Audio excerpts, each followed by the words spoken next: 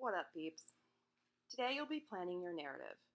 As you know from previous chapters, Johnny and Ponyboy risked their lives to save the children from the burning church on Jay Mountain. While Ponyboy and Dally escape the situation with minor injuries, Johnny is not as lucky. The Greasers and Socias finally then have their big rumble face-off, and the Greasers win, motivated to do so for Johnny. Dally then returns to the hospital to tell Johnny, and this is where your story will begin. So let's take a look at our prompt. From Dally's perspective, write the story of what happens after Dally leaves Johnny's bedside at the end of Chapter 9. Fill in the narrative details of Dally's story using the flow map below for the basic plot events. What is going through his mind? Why does he do what he does at the end? Page 154, where Dally raises his gun. So let's take a look at the plot events here. Dally runs out of Johnny's room. Dally robs a grocery store. Dally calls his friends and tells them what he's done. Dally heads to the lot and stands under a streetlight.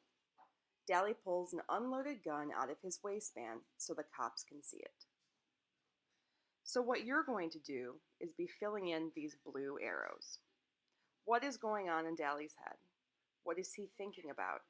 How is he feeling inside his body as he's running around doing things like robbing this grocery store and standing under a streetlight knowing he's going to be shot because he's holding a gun in his hands? Why is he doing these things? How is he feeling? What are the details that show how he feels about what's going on? So your story is going to be in third person, so it flows smoothly from where Chapter 9 leaves off. That doesn't mean that you can't use I, but you're going to have it in third person where Dally is being used he and him for your pronouns.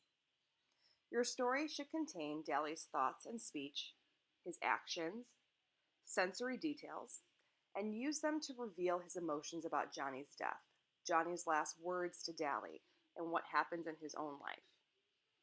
If you take a look at Johnny's last words to Dally, if you go back and look in your book, what does Johnny say to Dally?